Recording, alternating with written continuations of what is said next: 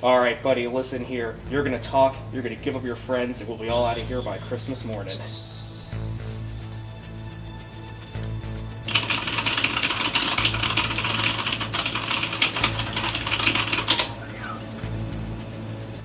I've got you on cams. 2 signatures dead ahead. One of them's gotta be the hostage. And you're gonna tell me where all those seeds are. Hey!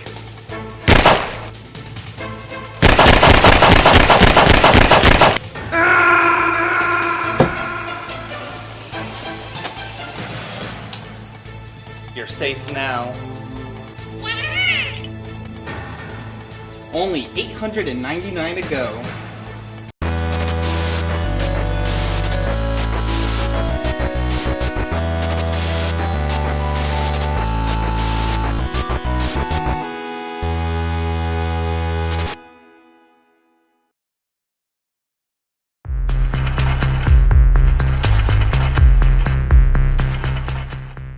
Out of all the popular multiplayer games, Rainbow Six Siege is the one I spend the most time with. It's probably my favorite multiplayer shooter of all time, and what I love the most about it is the level of complexity and strategy needed to succeed. I haven't played any other Rainbow Six game, so I was going to play through the first game on the original PlayStation for this episode. That game, however, while very in-depth with its planning phases, suffers from very outdated controls, including inverted camera controls that you can't change. I wanted to cover this one, but really just couldn't get past how outdated and unplayable it is on PlayStation 1. So instead, I'm looking at Rainbow Six Vegas on PC, a popular fan favorite. Rainbow Six Vegas came out in 2006, and is the 6th game in the Rainbow Six series. That's a lot of sixes. The main draw of this entry is in its squad-based commands, cover system, and the title setting in Las Vegas. Throughout the game, you control 2 other squad members you can give various commands to. There is still a level of strategy here, but it has been tweaked into a more action-oriented approach when compared to the other titles. Gone are the planning phases and mission-based structures, and instead we have a seamless single-player campaign that guides the player. What I love the most about this game is the different ways to approach each situation. Besides having teammates follow you, you can point them in certain locations, change their combat behavior, and best of all, set the tone for engaging the enemy. You are often presented with rooms of enemies behind closed doors that you can order your squad to either breach and clear, silently take out, or frag and go hard. Vegas is structured more on a checkpoint system throughout its levels, so if you end up dying, you're often brought back right before a big fight, so you get the opportunity to try another approach. Incentivizing the player to perhaps try a different way to reach their goal is something I really did appreciate. Never did I feel really frustrated for dying because it just gave me another chance to try something new in that situation. Shooting and using cover feels very nice, as the game incentivizes you to use cover and play more cautiously. The game will punish you if you try to go in guns blazing without a strategy. There are a lot of weapons and opportunities to swap out for new ones too. Vegas shines its best when you're battling your way room by room with your squad. The locations are also a breath of fresh air for the series, with a setting you don't often see in games up at this point. Most of your time is visiting vibrant casinos in Las Vegas, but you also get a good mixture of more urban and military-esque locations. Story-wise, the game doesn't have too much to write home about. The game has practically no cutscenes other than some helicopter ride transitions, and its story is mostly told through your radio buddy just telling you what's going on. The game even ends rather abruptly as well, with a simple "to be continued" message teasing the next game. Ubisoft definitely knew what to focus on with Rainbow Six Vegas, and at the end of the day, you get a fun combat experience that rewards you for taking the time to execute your plans. If you're okay with them putting all the eggs into the one gameplay basket, you'll enjoy this game. Rainbow Six Vegas is also available on PlayStation 3, Xbox 360, as well as the PlayStation Portable. I honestly can't imagine playing this game on a console just because of the large amount of controls needed to play effectively. Rainbow Six Vegas would get a sequel just a year later, with the series then entering a quiet period before re-emerging with Rainbow Six Siege in 2015. No matter which way you play, I recommend Vegas as a great entry in the Rainbow Six series. It's been a while, but I would welcome another single-player focused entry in the franchise, Vegas 3 or something completely new. With how popular Rainbow Six Siege has gotten, it just may be a long time before we see it.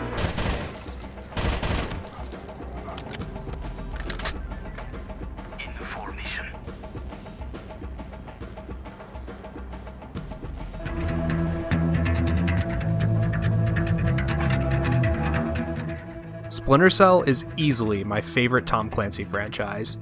I really enjoy stealth games, and this series has some of the best stealth combat in video games, period. The series has 6 games, but the latter 2 are a huge departure from the classic formula. You play as Sam Fisher, an operative for Third Echelon, which is basically the CIA of the CIA. Now, he might not be able to beat Solid Snake in a death battle, but he's still pretty badass. Your goal in these games is to sneak around and do military things. Simple enough, right? The game from this series I've chosen to cover is my personal favorite of the original formula, Chaos Theory. The story is about some rogue military forces trying to get their hands on an algorithm that lets them take over the world. But I'm really not going to delve too deep into the story, since I don't really think it's particularly noteworthy, and that's an opinion we pretty much all shared. The game expects you to know controls from another game. At the start, I constantly had to pause to figure out how to do what I wanted to do, or I just Googled it, and I hate having to tab out and Google things when I'm playing a game. For instance, I didn't remember that left click is kill and right click is knockout, or that I had to press control to pull up my weapon loadout to switch.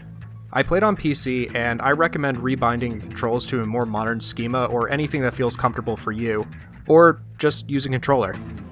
The controls are pretty weird by default, but honestly, it's not that bad once you get to know what they are. It takes about 15 minutes to get used to the controls after failing a few times in the first mission. Also, it's a mid-2000s game, so there's no autosaving, so quick saving is your best friend. Gameplay requires you to be aware at all times. You have to keep an eye on your visibility as well as how much sound you are making, and there are meters in the bottom right of the screen for both of these. If you aren't mindful of these, you'll be seen. Though there are a few moments where I was surprised that I wasn't seen. It's definitely just the way the texturing works, but right here, this guy should have seen me, no questions asked. There are primary, secondary, and opportunity objectives. Primary objectives you must complete in order to finish the level. Secondary objectives are entirely optional, but expand on the lore a bit if you do them. And opportunity are just extra tasks that give you a little something else to do in the level. But if you don't fully explore every area you go through, you'll probably miss them. But they are still fun to try to do even if you don't complete it. So when loading out, you can either go stealth or not. Going stealth is a bit slower, but you have to deal with less enemies trying to kill you, and Sam doesn't really take that many hits before going down. Going aggressive lets you get through the game faster since you just kill everything you see, but to me, it ruins the spirit of the game. Aiming is bad for shooting people as well. I literally put the gun to the back of somebody's head and fired, and I missed. But for disabling electronics, it's 100% dead on. Kinda weird, but whatever. You are given various gadgets to help you in whatever style you choose as well, such as sticky shockers which instantly down an enemy, or sticky cams which help you see what's ahead as well as causing distractions for enemies. You can also grab enemies when going stealth. When you grab enemies, you can interrogate them in order to get a hint on what to expect up ahead, or sometimes to complete an objective. Interrogation banter is either really funny or super serious with absolutely no in-between. Pick a number between 1 and 10. What? Oh, crap. 3. Lucky guess. You get the lift. Now tell me something useful or we'll play another round. There is also hacking in order to get through certain doors or gain computer access. It's a logic puzzle of knowing both what the combination is and isn't. That might sound a little weird, so let me explain. When you're hacking, you have a list of possible combinations in the form of IP addresses, and you have to choose the correct one. There are 4-digit spots, and the hacking tool constantly cycles through possible digits, lighting up when one is correct. Some might not light up, and others will, so you have to be able to guess based on what you know the numbers are and aren't. And if you mess up, you set off an alarm. There's a lot to do in this game, but the real challenge of this game comes from doing everything I mentioned without being detected. Going through a mission without getting seen or leaving any trace of you having been there gives you a perfect mission rating. I will always have fond memories of this series, and I highly recommend it to any stealth fans. If everything I just described didn't stress you out, then this is probably for you. Some kind of trap. This guy's good, but he's not good enough for me.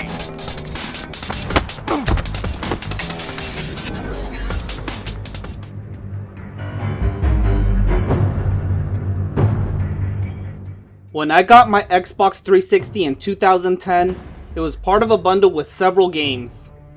One of the games included happened to be Ghost Recon Advanced Warfighter 2.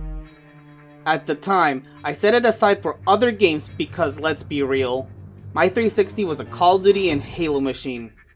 I wanted to find a game for this episode, and between Advanced Warfighter 2 and Hawks, at least for me, the choice was simple. Ghost Recon Advanced Warfighter 2, or GRAW 2 as I'll be referring it for the rest of the video, is a sequel to GRAW 1, released a mere year prior. It was developed by Ubisoft Paris, and the multiplayer was developed by the North Carolina-based Red Storm Entertainment. The story takes place immediately after the first game. It literally takes place a day after the first game. Talk about a quick return to action for the main character. I didn't care too much about the story, but I can't say it was intrusive or anything like that. As a matter of fact, I thought the presentation was nice for a game of its era. I find it funny that the game takes place in 2014. I realized it was supposed to take place in the near future when it came out, but I can't help but to notice that in 2020. The gameplay is where I find most people will either have to get used to it or will quit because it feels alien to them. Most shooters nowadays adopt the Call of Duty-esque control scheme and isn't too difficult going from one game to another. However, in the mid-2000s there was no standardized control scheme and you just had to learn on a game-by-game basis. I'll admit that I struggled initially, but with time I got used to it. There were a few times that I wanted to reload and instead I ended up activating night vision goggles. The tutorial definitely helped out, so pay attention to that. Much of the combat involves you taking advantage of cover you see. A feature GRAW 2 has that I like is that when you lean on a wall, you will automatically use it as cover. Although there are missions that your character is by himself, you generally have a squad you can command.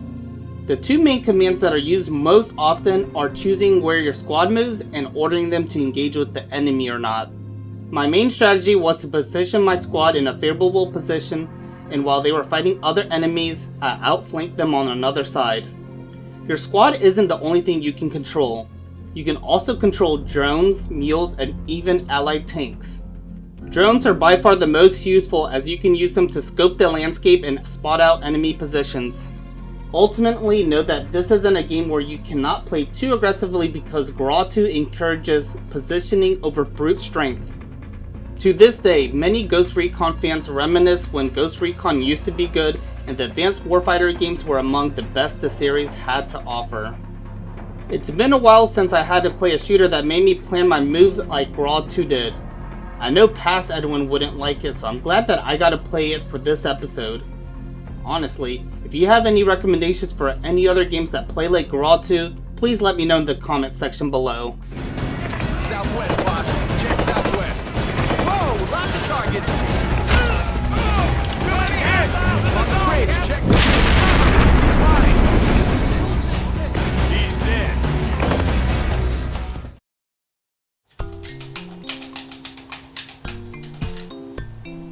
Hey Ryan, these Tom Clancy games are really fun. We should do this again sometime. Definitely agreed. I still prefer his original work though.